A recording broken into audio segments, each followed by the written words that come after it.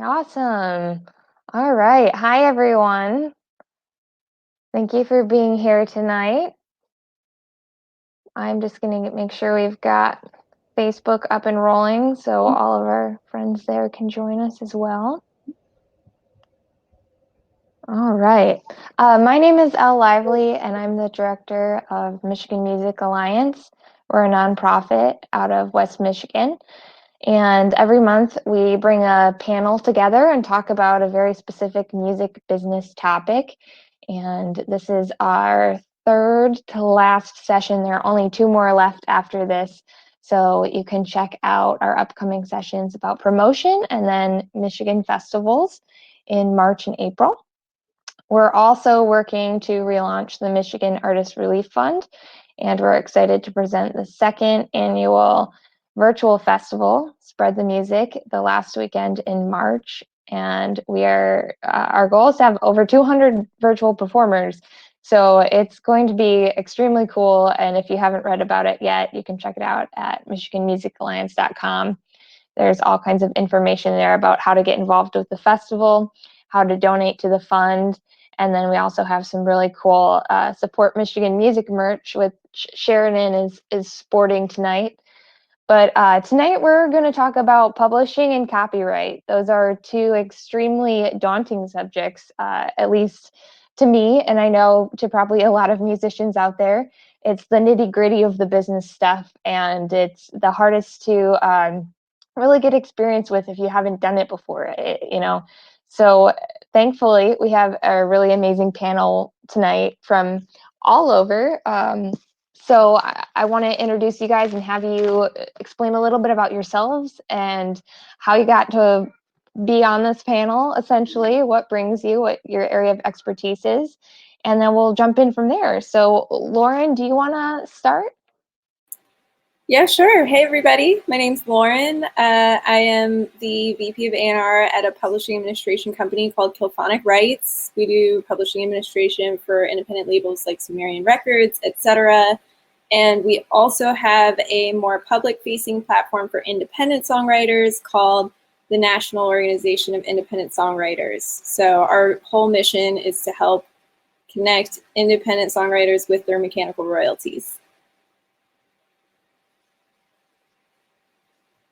Awesome. SINDEE, let's go over to you. Hi, my name is SINDEE. I'm a lawyer, so that's kind of how I got into doing this. And my area, I guess, of expertise is basics would be copyright, somewhat collection, a lot of licensing for film and television. So I think all of our stuff a little bit overlaps, but that's usually it. And I'm out here in Los Angeles. Awesome. And Sheridan. Hey everybody, my name's Sheridan Tung. I'm a composer. I work in film and television. I've also been in a publishing deal for about 20 years. And I happen to be on the Michigan Music Alliance board alongside Al. So that's also why I'm here. Yeah, this is actually a really cool, unique session because we have 3 Michigan Music Alliance board members on this panel, which has never happened before. Sheridan has he's helped us before and sat on a couple of events, but tonight we have all 3. So Shane, do you want to tell us about yourself? My name is Shane German. I'm the music director at WYC 88.1 FM. Can you hear me? Okay. You're a little echoey, though. There is a delay. Okay. I'm the music director at WYC, and I've also worked at Sound Exchange, which collects performance royalties from internet streaming services, Pandora, any kind of non-interactive service.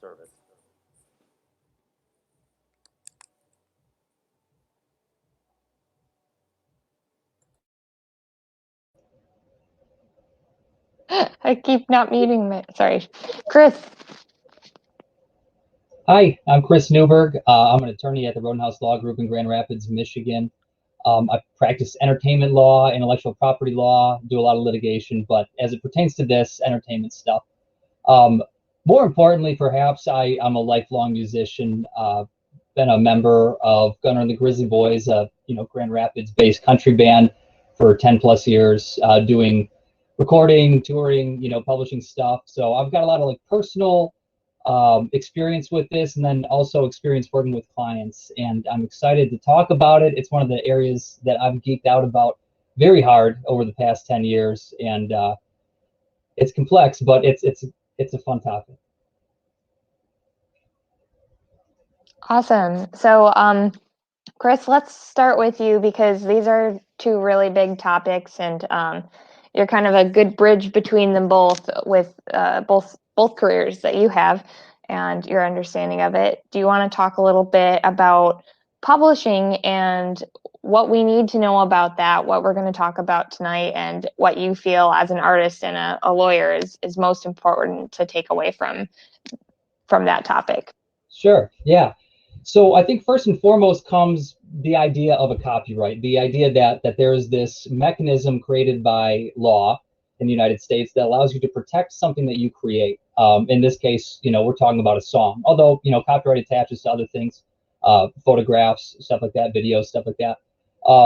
But as it pertains to what we're here for, music, publishing is how you capitalize on your music.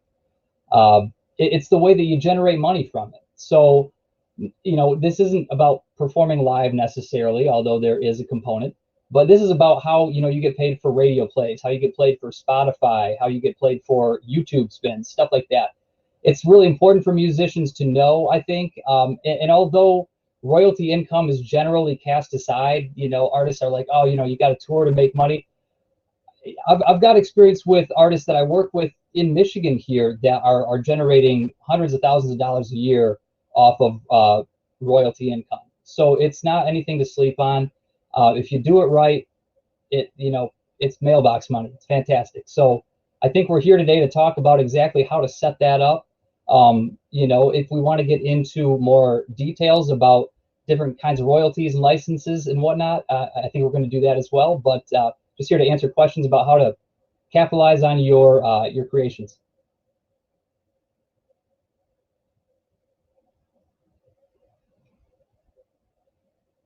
I think you're still muted, Elle. Mm-hmm. I know. I keep getting stuck in the multi-stream. Sorry, guys. So talking about publishing, Sheridan, you as an artist, you have a publishing deal, right? I do. And so publishing is a complicated business, and it's taken me a long time to understand it, but I just want to give you a real world analogy of what it actually means. So say I write a song and it gets picked up by a television network in the USA and it gets played, and that generates a royalty, a performance royalty, which is collected by, let's say, BMI, but it could be ASCAP, of $100. So that $100, $50 of that automatically goes to the writer. If the writer is me, I'll get a direct payment from, as it happens, BMI. I'm a BMI member, for the writer's share. The other $50 will go to the publisher. If I'm in a publishing deal, the publisher then collects that $50. If I'm in an administration publishing deal, they will pay me the bulk of that other $50. So they might retain 20%. Let's say they'll retain $10, and I will get $40 at a later stage. So that's it in a very basic grassroots kind of nutshell. That's actually how it works. Awesome. So basically, Sheridan, you have that experience with it actually being in a publishing deal, and SINDEE and Chris, you guys have negotiated those for clients and have a lot of experience with that. SINDEE, do you want to tell us a little bit about what you tell artists who are looking to know more about getting into that and taking advantage of actually like putting the paperwork together? Because I know a lot of artists who are independent, we haven't even looked into this because it's a little bit daunting. So how does someone get started in that process? Well, I think, as Sheridan just said, there's, the writer's share and the publisher's share. And there are different types of rights. There are performance rights, which in the US is ASCAP, BMI, or CSAC. and they collect performances, whether that's you're on television and it's aired on the TV show, whether if touring ever comes back, there's money for touring, airplay, traditional radio, streaming. And those are the biggest one. I don't sure no one wants me to go into every little nuance. And so that's how that money is collected. When you have what are called mechanical licenses, and we chatted about this right beforehand, it's in transition, but that would be the mechanical reproduction of music. So in the olden days, it used to be a record, a CD, a tape, and referred to as physical product now. Now, today there is digital, which is how most people's music is played, whether it's on Spotify or Pandora or Amazon. There's not much money in it. I think it comes to 0.0004, I think, for Spotify.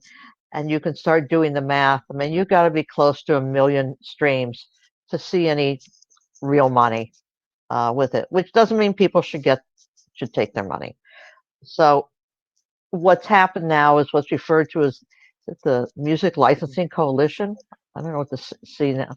Anyway, that's how you collect for digital rights. And they're really, short of having an administrator who collects directly with labels, there's really not many alternatives. I know MRI acts and Audium acts like that. So, and the other source of income is licensing for film and television, which would be called, a synchronization license, or usually called a sync license. And the money you get, it depends how big a song. Big songs and commercials make big money. If you're a new artist, I hate to say, you probably get what you take what you can get. I'm not personally someone who believes in doing for free. I don't think there should be free. I don't go to the market and get, free food. So that's kind of a broad, overview of things. I think most artists, even if they don't collect it, should understand the difference between ASCAP and BMI and what they collect versus what the MLC is going to collect. And what was Harry Fox. So and the one before other we thing, get because to- I'm sorry. Before we go. get too deep into the acronyms, and we'll Yeah. circle back around because there's so much to talk about. Yeah. I know I really want to break it down in Sure. the most simple terms I can. Lauren, do you want to explain what copywriting is, what publishing is, and what the difference between the two is, like the roles that they have? Yeah, absolutely. So I'm going to go ahead and share a little graphic that we made. Oh no, it says it's limited because there's only 6 of us. But I will break it down anyways. All right, so when you write a song, that song is a composition, right? So when you have a composition, there are 2 kinds of royalties you collect: mechanical royalties and performance royalties. Most ways that people write a song, since we don't really write sheet music out anymore, is by recording it, right? Whether that's a demo or then going on to have it professionally recorded. And those recordings have different royalties and different rights as well. So for recordings, the royalties you collect are artist royalties, which is what most people are the most familiar with. That's like if you sign up with DistroKid or TuneCore, that's what artist royalties are. That's what they are paying you.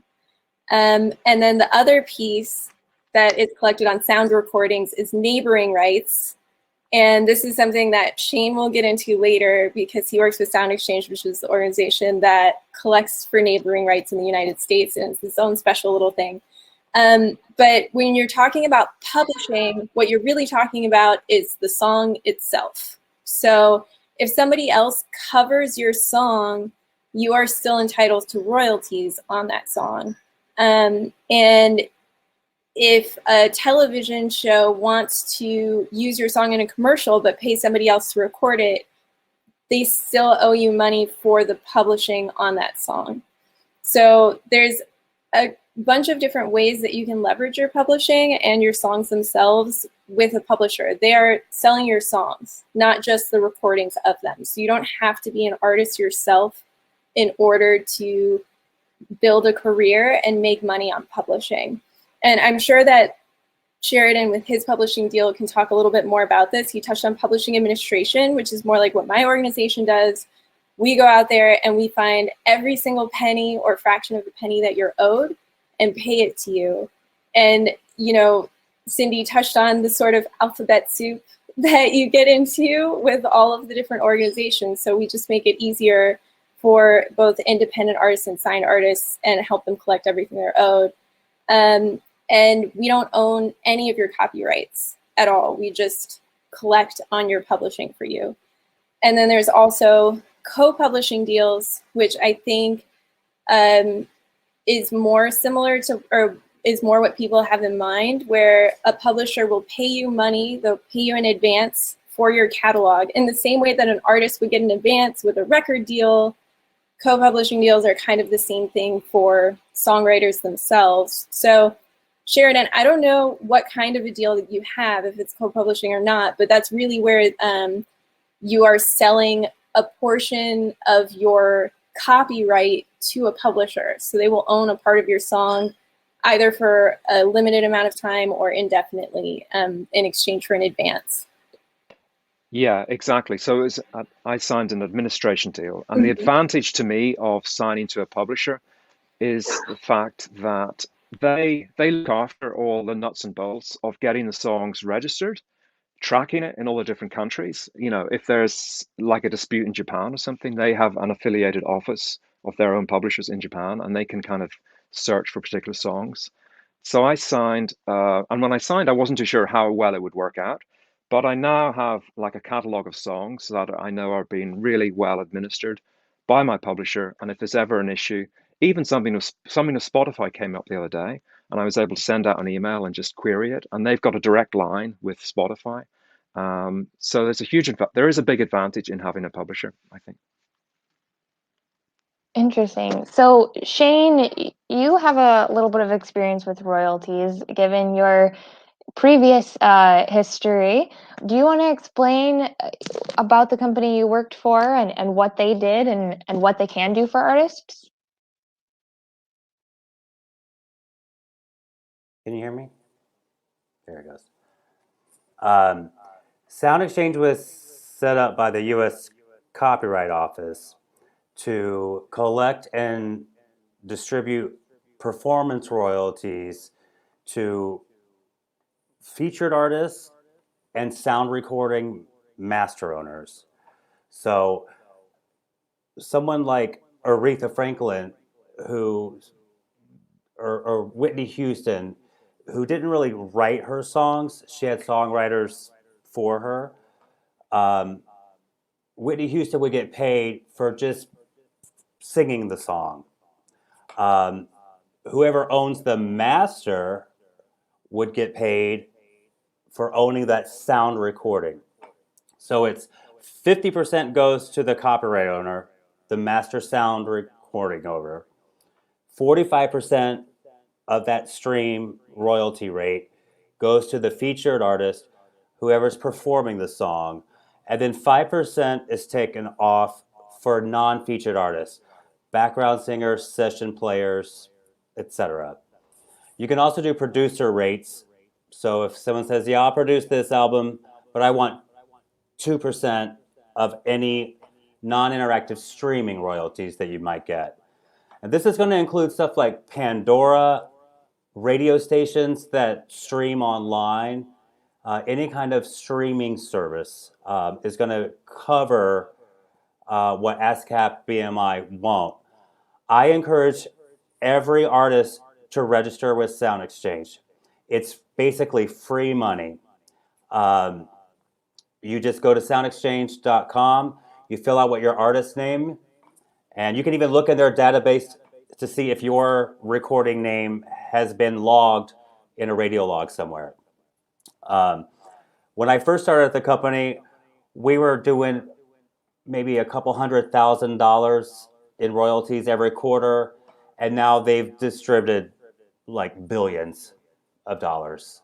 That's how much music is being played out there in the ether. So I encourage you to register. If you are just an artist that you don't write your own songs, still register because you could get paid for performing them on a sound recording. And if you own the masters, you could do a whole album of Bob Dylan songs. You would still get paid as the performer, and ASCAP BMI would pay Bob Dylan. Sound Exchange will pay you because you are the featured artist on that sound recording of Bob Dylan covers. It's a great organization. It's the only one set up by the U.S. Copyright Office. They also have reciprocal agreements with PROs in Europe, in Japan, all over the world. So if your music is played in other countries, they have agreements with organizations there, and they transfer that money back and forth based on these radio logs in which you may be a part of. So soundexchange.com is where you want to go. In addition to your ASCAP or your BMI, it's just one extra step of free money. Thanks, Shane. Chris, let's jump to you. Would you explain what is BMI, what is ASCAP, what's the difference between the two? And then we'll hop over and talk to SINDEE about the U.S. Copyright Office. Sure. So there's actually one more out there too. So BMI, ASCAP, and CSAC are all what we call PROs, performance rights organizations. BMI and ASCAP they were in existence before World War II, I believe, or thereabouts. They were basically given a biopoly over the ability to collect performance royalties from radio stations, stuff like that, on behalf of artists pursuant to a consent decree by the U.S. government. We don't need to worry about the details of that, but I guess what I'm saying is that a lot of the laws that govern their existence are old. So I have personal issues with that. Again, not going to get into those, but AMI, BMI, ASCAP, and CSAC, they all pretty much perform the same function. They collect your performance royalties. In the 90s, and before days of radio, that was really important.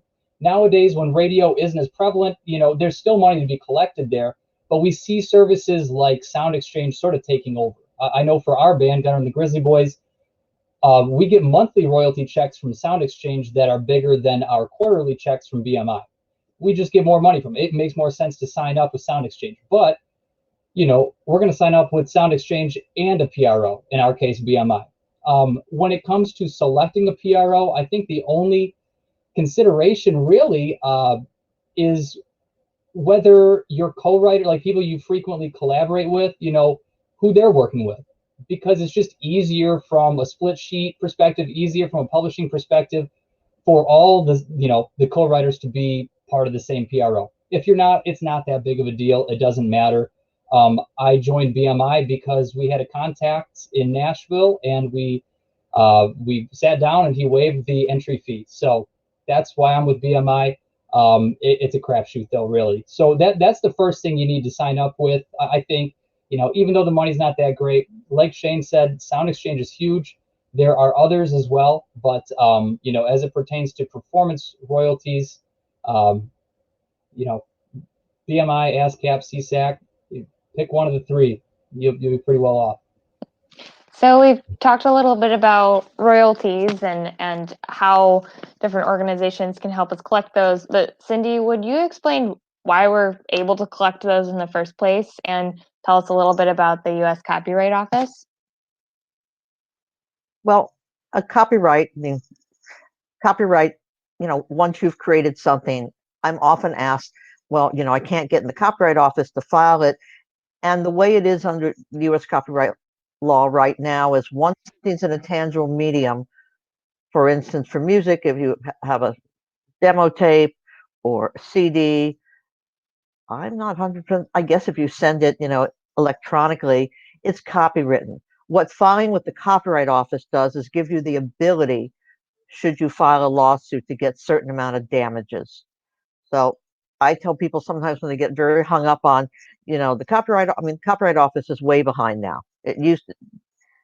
Historically, it's been 12 to 16 weeks. I called somewhere the Copyright Office, they're minimum 4 months to get to anything.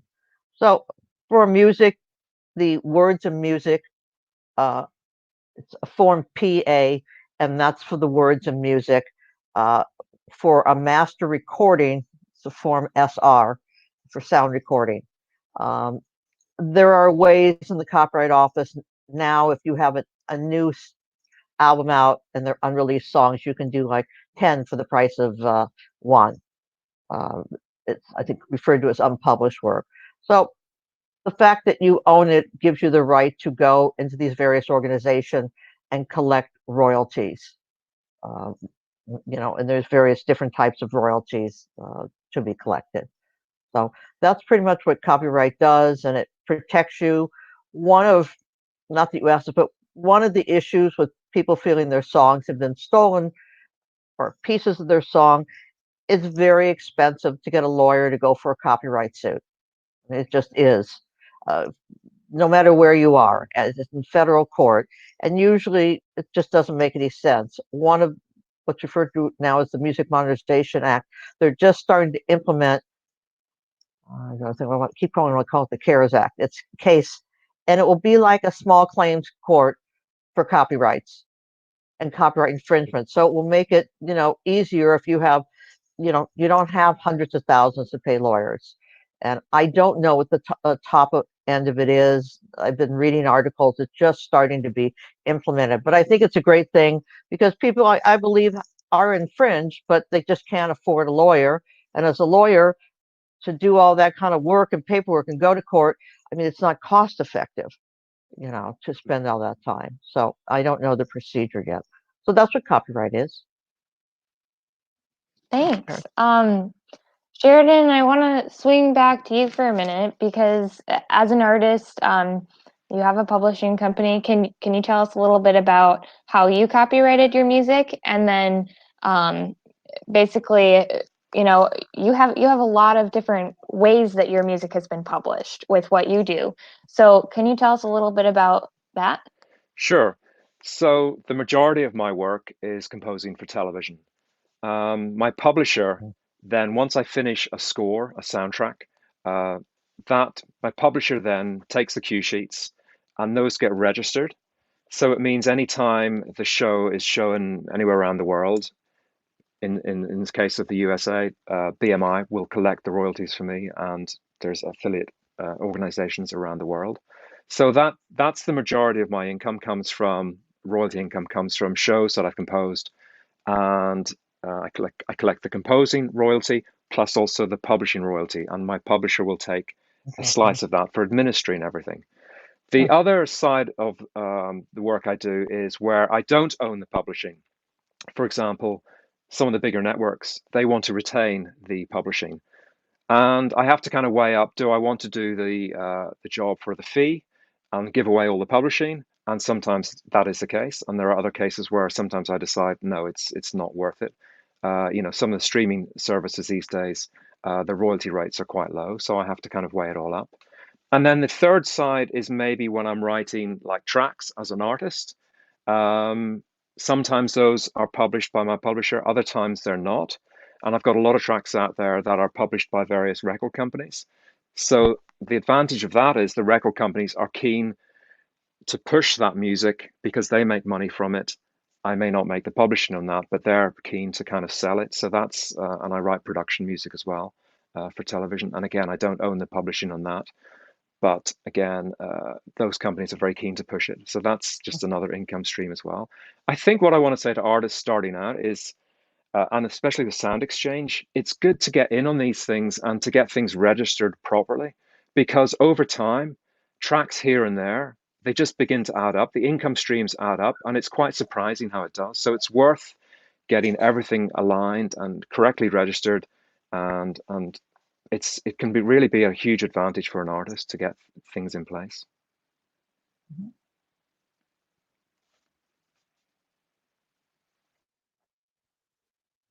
So, Lauren, this kind of ties back to what you do too, in managing all of the different sides of this for artists. Do you want to talk a little bit more about that? Yeah, so I will jump in here and say the one royalty stream that I think we've overlooked so far or haven't touched on is mechanical royalties. Traditionally, mechanical royalties have been almost impossible for independent artists to collect. You really had to have a publisher go after them. And now there are several companies where you can sign up as an independent artist in order to collect them. So you can sign up with us at The Noise. There's also Audium, Songtrust, and a couple others where you can do that. And so in the US in particular, you have to sign up with one of these other organizations in order to collect your mechanical royalties. It does end up being about the same amount of money as performance royalties. So yeah, I mean, roughly. But where they come from, right? Performance royalties, it's in the name. It's when your song is performed, whether that's live or played elsewhere, the recording, etc. Mechanical royalties come from every single time your song is reproduced. So back in the day, this was really easy because it was when your sheet music was copied. You've made a copy of the song, or when your CD was copied, every single time you're paid a mechanical royalty. Nowadays, with the digital streaming services, technically a stream counts as a copy. So every time the song is streamed, every time it's downloaded, the digital file is considered copied, and that's where mechanical royalties come into play. So I think SINDEE mentioned on here that for streaming on Spotify, it's something like 0.0004 cents. But if you add up all of those micro pennies across all of the streaming platforms, it really does add up. And it includes YouTube as well. YouTube does mechanical royalties for lyrics and streaming songs on their platform too. So, yeah. Great. Shane, you're in the radio business, and things have changed a lot lately in the last few years with streaming coming on board and everything. Can you talk a little bit about how, what we can still do as an artist to make sure we're getting the most out of radio as far as royalties go? Well, we as a station, we pay, we report to Sound Exchange what we pay. We do I think a 2-week sample because we stream on the internet. And then we also submit our radio logs of everything that we play. There's so much data out there, metadata out there. What you want to do as an artist is make sure your tracks are properly labeled.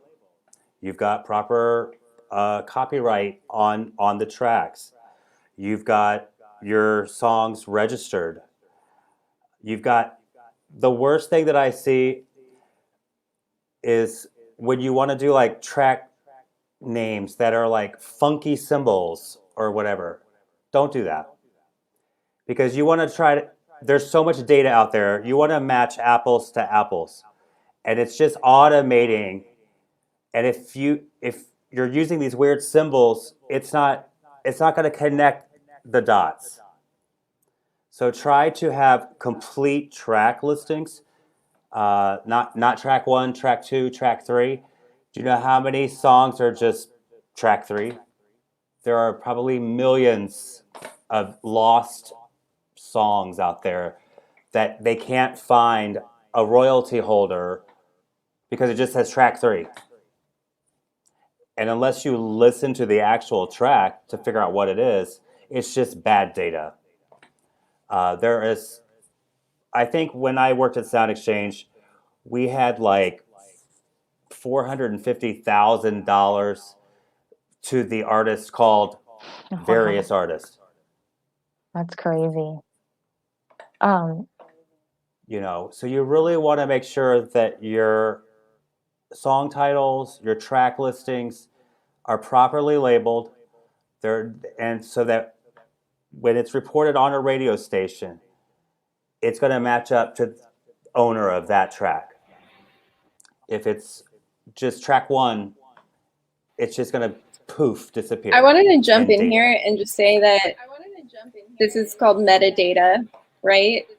And it is super important. I feel like it's the bane of our existence in publishing, period. This is why the MLC, the Mechanical Licensing Collective, was created, that SINDEE mentioned earlier. There's just so much money in the black box that is not just has not been distributed to songwriters because they don't know who they are, because there's no metadata attached to these songs. So how can you add metadata to your songs? I feel like nobody talks about that too much. You can do it in iTunes. When you get your master recording back, you can plug it into iTunes. You can add in the track title, the artist title, the genre. I know a few music coordinators who do sync licensing like to see BPM, contact information in the metadata, and then you save it. And that's it. And that's the track that you want to share. You can also, if you don't have iTunes on a computer or anything like that, there's a free application called Audacity, and you can add metadata in there. And I think Hannah just added in the comments a tool where you can add metadata. So your person who does your mastering, your master engineer, can also add this for you. Sometimes they forget. Just make sure that it's there, because it's very, very, very, very important in order to collect your royalties across the board. Super important. Awesome. Those are a couple things I did not know. And I know that jumping into distribution is somewhere that's too big to go right now, but we did have a question about DistroKid, and I get asked about DistroKid versus CD Baby a lot. And I've used CD Baby's, partner to do copywriting and things like that. And I know there are a lot of platforms that are not super user friendly and not very helpful. And if you don't use them, though, you could get into some trouble because you're not covered in certain areas. So SINDEE and Chris, this one's specifically for you, but what are some common situations that you see as a lawyer where maybe some prevention could have happened in some way, or common misunderstandings or things like that? Chris, do you want to start? Sure. Well, I don't deal with a ton of litigation or fallout from publishing related stuff in West Michigan anyway. There's just not a huge legal market for that. Most of my work is helping new and budding artists figure out a way to monetize their music. So I guess as it pertains to something like DistroKid, CD Baby, I'm going to throw TuneCore in there because that one's my favorite. That's all kind of self-distribution. Those are self-distribution outlets, and they also have a self-publishing component. Now, I mean, you're not doing it yourself; they're doing it for you, but they're going to give you a better rate than a traditional publisher will. They're going to do less work, but for most artists that I work with, my band included, I would say up to about a mid-sized band where maybe you're getting a million streams a month or so, you can get away with using a service like TuneCore to not only generate income from your master recordings, your downloads from iTunes and whatnot, but also your publishing income. And there are ways that you can sync those services to services like SoundExchange and your BMI account, stuff like that. And for a new musician, I think that that's really the way to go. And I'll talk about that more if anybody wants me to, but that's kind of my take on it. SINDEE, what are some things that you see on a regular basis that are preventable as an artist? Well, I think it's more of an understanding, and that's about foreign collection. And I take foreign as meaning outside of North America, the US and Canada. And oftentimes, people assume, I have my albums out all over, Europe. And, I'm assuming, okay, ASCAP, BMI, CSEC, yes, they have what's referred to as reciprocal agreements. But for as Lauren said, mechanical agreements, you can't contact the label outside of North America and say, I'm here, let me license. I'm sure there's some exception, some small label, but otherwise, there's the new MLC, they don't collect any foreign. So people kind of don't know, like, what am I supposed to do?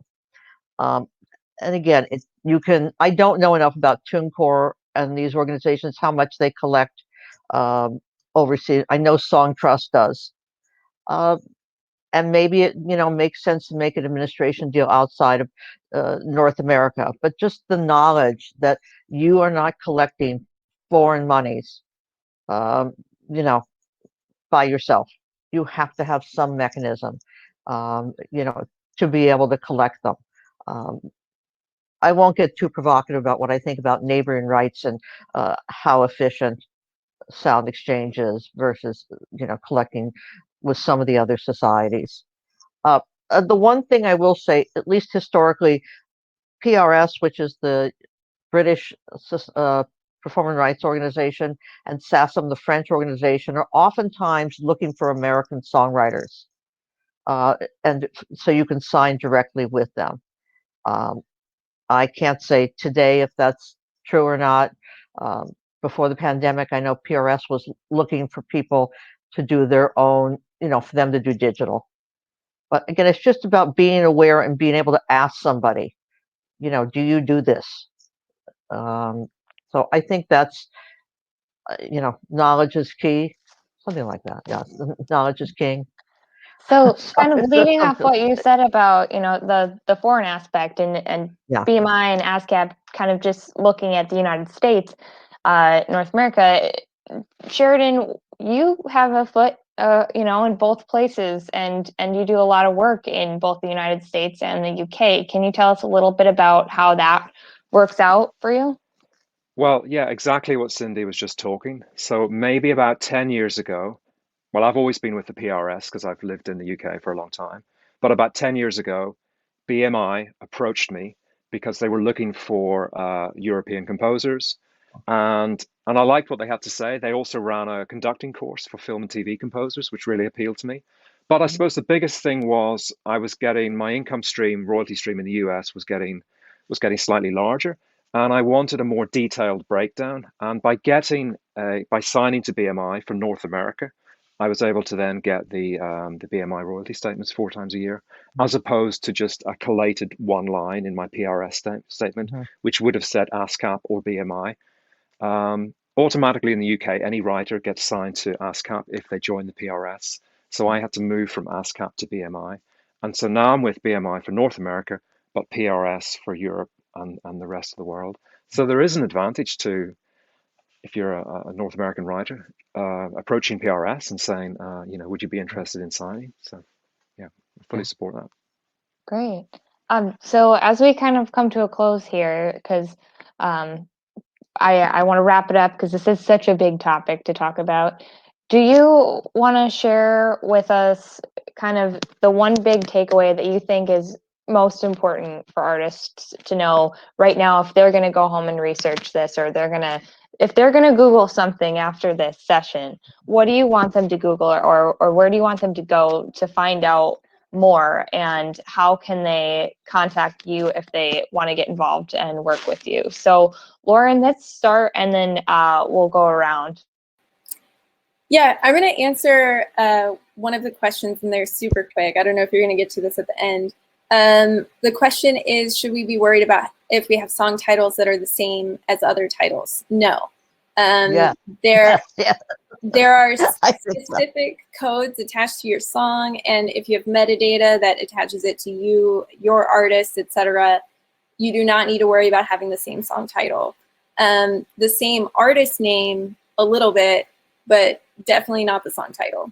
I would say the biggest takeaways for you guys to go and research after this call is you want to make sure you're getting set up for success. So you have your distributor, which could be TuneCore, CD Baby, DistroKid, or even AWOL or whoever else. They're collecting your artist royalties. You have, ASCAP or BMI, they collect your performance royalties. You have Sound Exchange, they are collecting your neighboring rights royalties.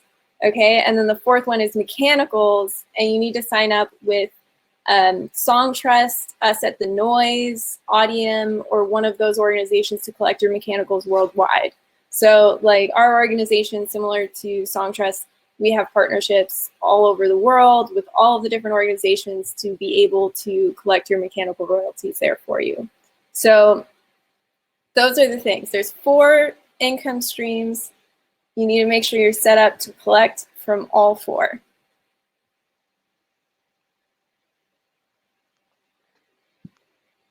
If I can just interject, one other one that we haven't talked at all is YouTube and monies that come out of YouTube. Mechanicals for YouTube are something that the Noise, the National Organization of Independent Songwriters, collects, and so does Song Trust and some of these other ones as well. Yeah. And yeah, so if you sign up for one of those, you'll also collect your. Okay. That, I mean, that maybe just that we hadn't talked about it. And again, I'm asked about, I saw my song on, you know, on the YouTube and stuff. So, what do I think is a takeaway since I picked it be my turn?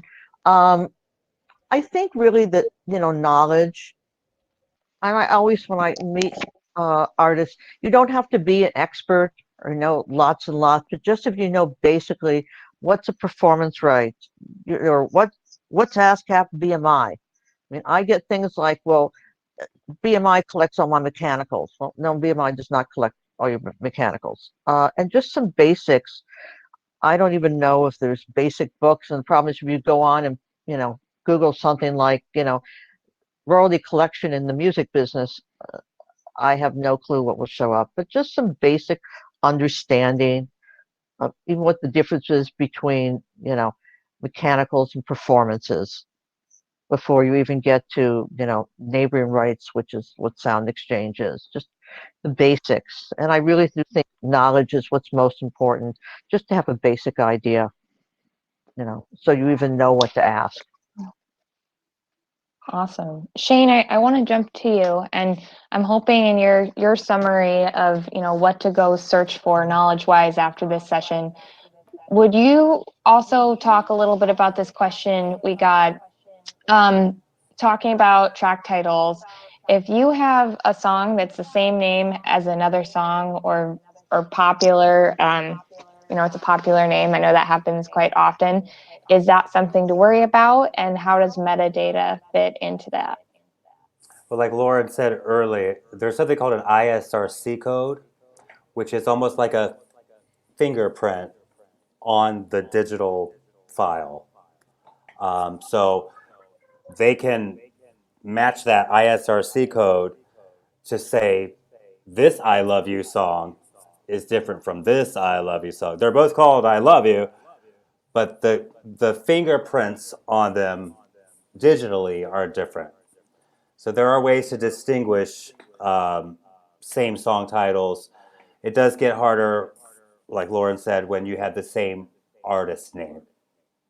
But every artist should, you know, if you put out a CD, you want to make sure that your songs are properly labeled, properly identified, attributed to you or to your publisher or to your songwriting house or whatever you're using. So it's just how you would present your stuff. You want to make sure you cover all your bases. Sound Exchange is free. You don't have to pay dues. You just register. This is my artist name. These are all of my songs. These are the ISRC codes. These are the albums. You submit it, your W-9, your LLC, however you want to get paid. And I think they've got a minimum of like $10 a month or something, and then they'll send you a check or a direct deposit.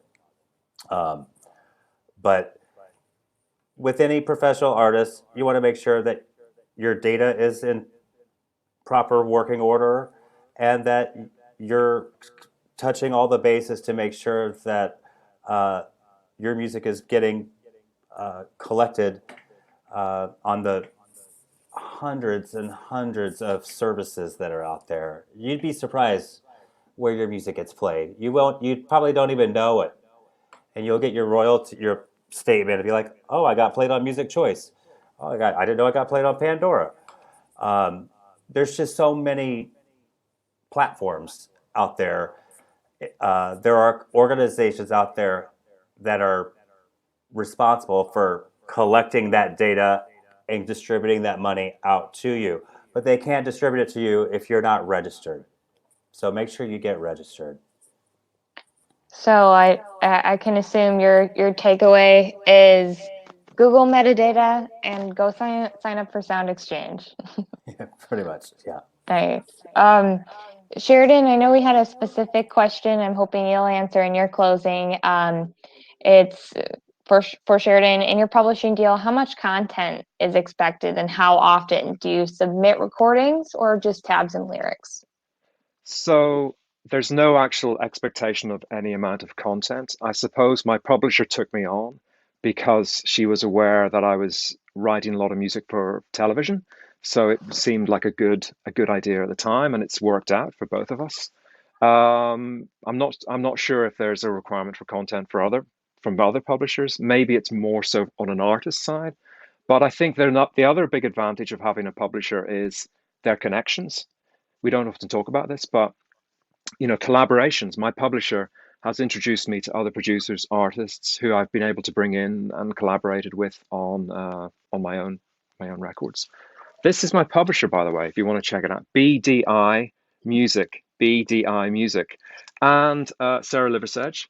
And she represents a lot of producers and artists and composers like myself. And it's been a really good resource. And one of my tips would be, don't be afraid of reaching out to publishers that you admire or companies and just seeing what can they offer you. And if they like your music, you never know. It's persevere and see if you can make a connection. It's worth just giving it a go.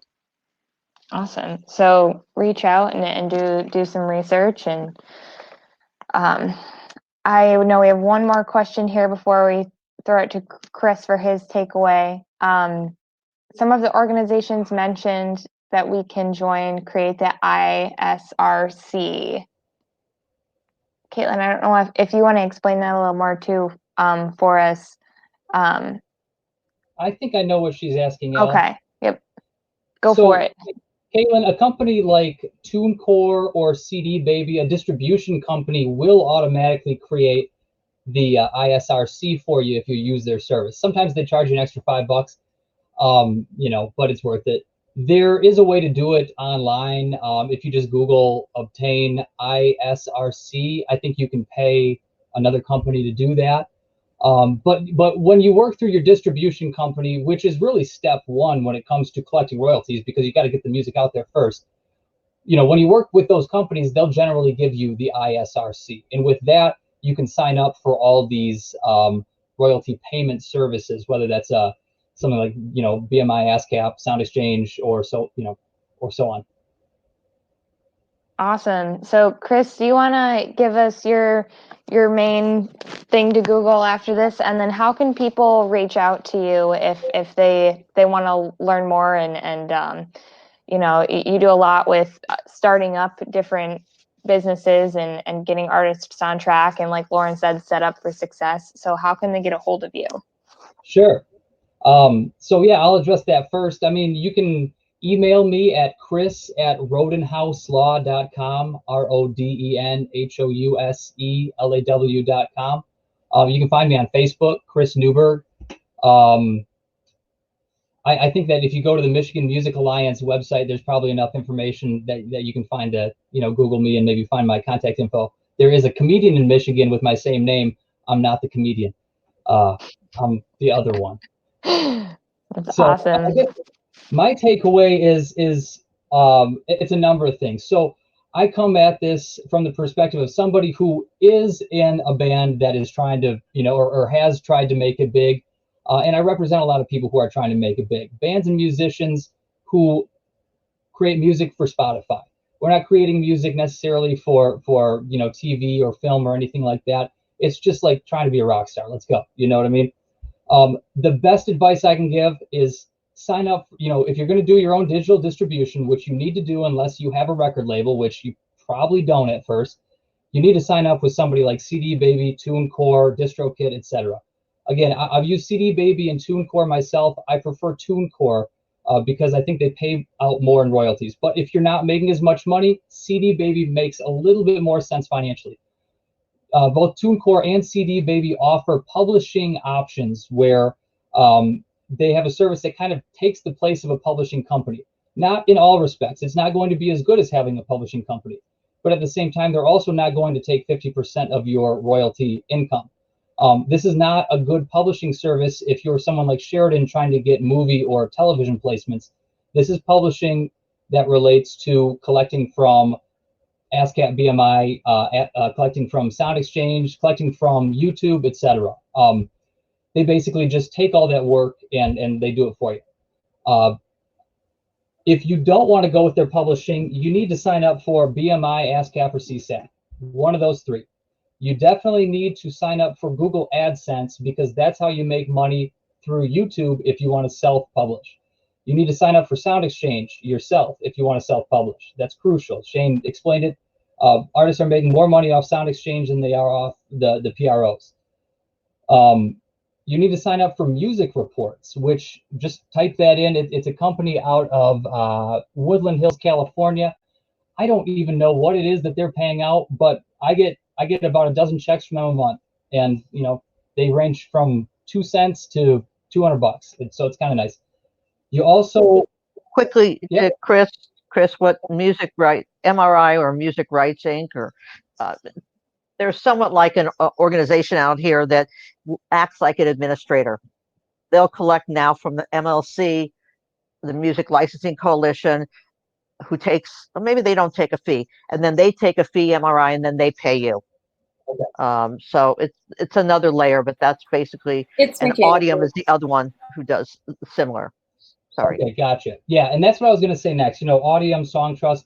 But if Music Reports is doing that, I guess here's the thing: when you're a musician who's starting out, your royalties are going to be $0 at first, and then it's going to be 1 penny, and then it's going to be 2 pennies, and if you're lucky, it's going to keep doubling, and it's eventually going to get to the point where maybe you're pulling in $500 a month. Early on, if you give up 50% of 2 cents, that's a penny. You know what I mean? So it doesn't really matter at that point. But then again, a publishing company probably doesn't want to do all the work if you're only going to be netting them a penny a month.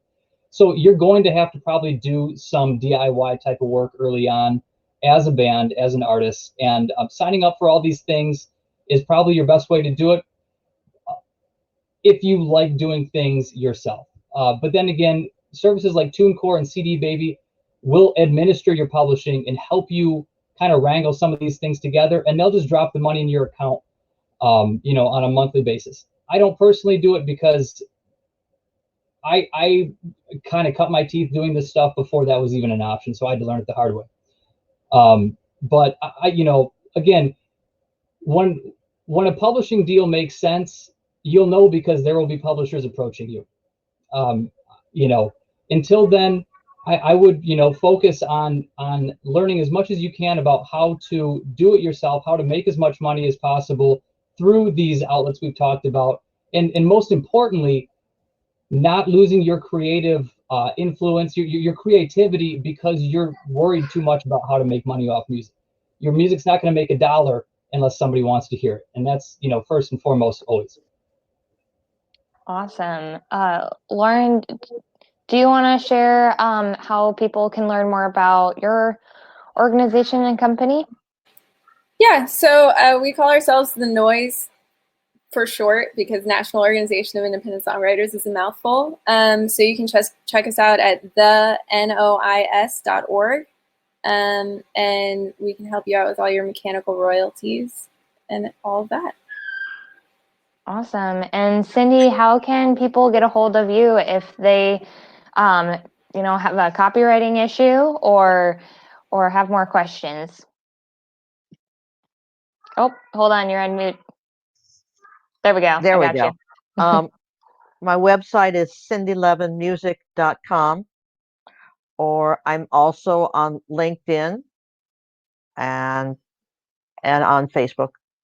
it helps if someone from Facebook would say where, how they found me. If it's sort of random, I'm sometimes hesitant to accept more friends that I don't know. So yeah, that's pretty much how to find me. You Google my name, I'm pretty findable. Awesome. And Sheridan, where can we find out more about you and your music? So sheridantongue.com. There's some links there. I've got a YouTube channel. You can hear more of my music. You can contact me like on socials is probably best, to be honest. Twitter, Instagram at Sheridan Tongue. Awesome. Shane, can you tell us a little bit about how we can, learn more about you and WYCE and how we can get involved there? Well, WYC has been around for over 30 years as a community radio station. I'm always here listening to music and bringing the best of music to West Michigan. You can go to the website, contact me there, Shane at grcmc.org,